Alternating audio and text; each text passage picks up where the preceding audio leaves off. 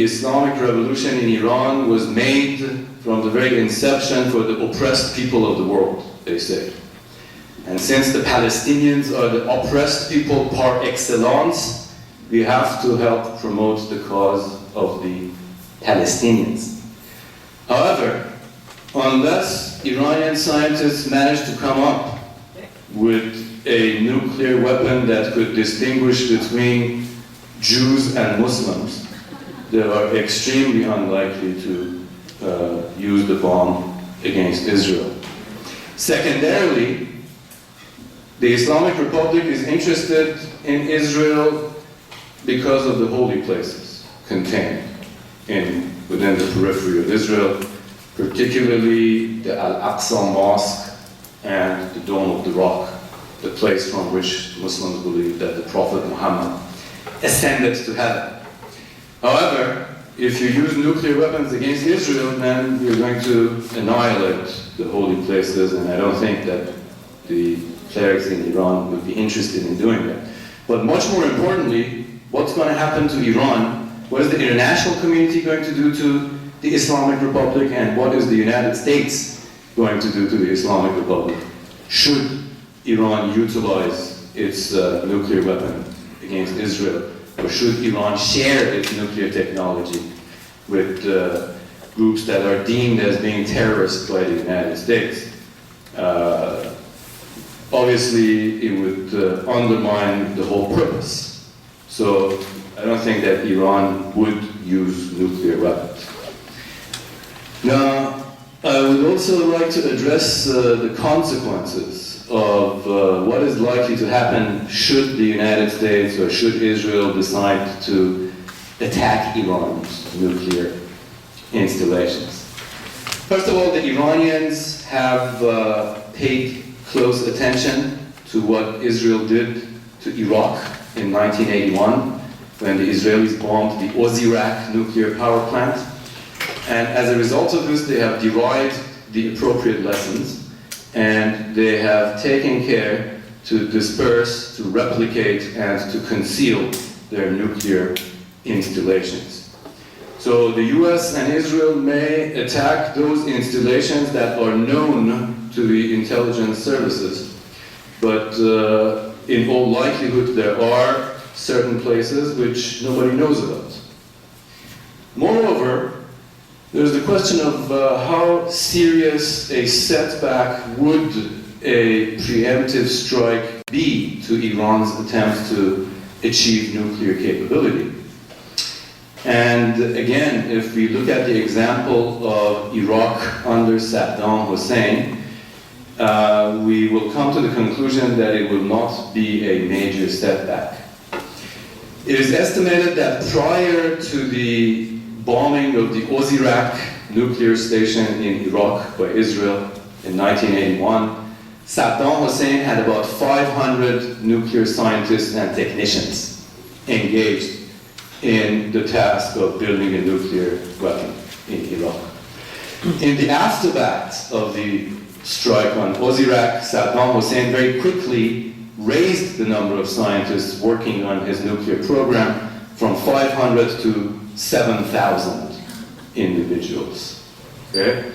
And if Iran is attacked, undoubtedly the Islamic Republic would expedite its efforts to achieve nuclear capability.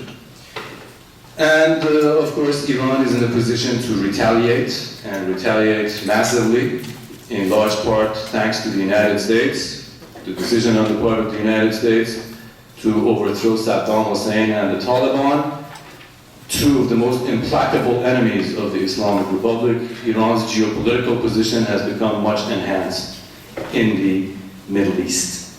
And Iran can retaliate in Iraq. We have to remember that during the time when the United States was having its honeymoon period with Saddam Hussein and using Saddam Hussein as a way of containing the spread of the Iranian Revolution, it was the Islamic Republic of Iran that was supporting the Shia dissidents in Iraq. So Iran can retaliate in Iraq, in Afghanistan, within the Persian Gulf region, where 70% of the world's petroleum resources are located. wherever there are Shias, including in Saudi Arabia, the strategic province of Al-Hassa in Saudi Arabia, which contains all of Saudi's petroleum resources and which is inhabited by Shias in Lebanon, Palestine, and so forth. Moreover, there is the issue of what would be the impact of a strategic strike on Iran's democratic movement. To talk about the democratic movement in Iran is not a contradiction in terms. There is a democracy movement in Iran, definitely. Even the Islamic Republic itself is arguably more pluralistic and more open and more democratic today under Ahmadinejad than most of its neighbors. As they say, in the land of the blind, the one-eyed man is king. So compared to Saudi Arabia, Iran is indeed more democratic. But bomb Iran, then you kiss the democratic movement goodbye. If you thought that Rumsfeld and Wolfowitz were warmongers, then you have to come to know Ayatollah Mesbahi Yazdi in Iran. There's nothing more that he and his clique and Ahmadinejad would like than for the United States or Israel to launch strategic strikes against the Islamic Republic. Because this would afford them the opportunity to rally the people behind the flag and to annihilate the remnants of Iran's liberally inclined democratic civil society. Okay? Also, another major casualty of an attack against the Islamic Republic would be the attitudes of the Iranian people towards the United States. Ironically, Iran is arguably the only country in the world in which the street is not anti-American. The Iranian masses are not anti-American. And this is due to a number of factors which we may or may not address later, but since I've run out of time, I won't tell you why the Iranian street is not anti-American. But if you bomb the hell out of them, then obviously they're likely to have a change of heart. And then also, one more factor I'd like to mention, and then I will take my seat. That is the issue of Muslim rage, okay?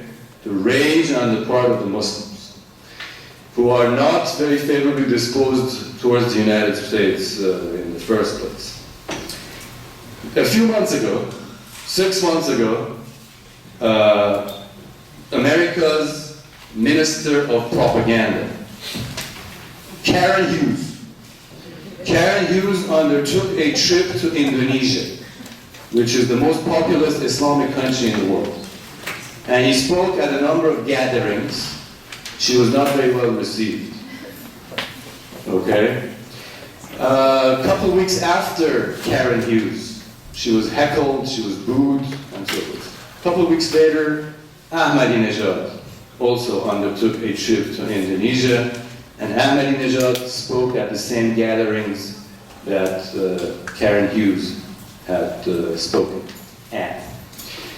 But Ahmadinejad was given a hero's welcome, and in the aftermath of his speeches, a number of young Indonesians approached him, and they volunteered to engage in suicide missions on behalf of Iran, should the United States or Israel decide to undertake attacks against the Islamic Republic.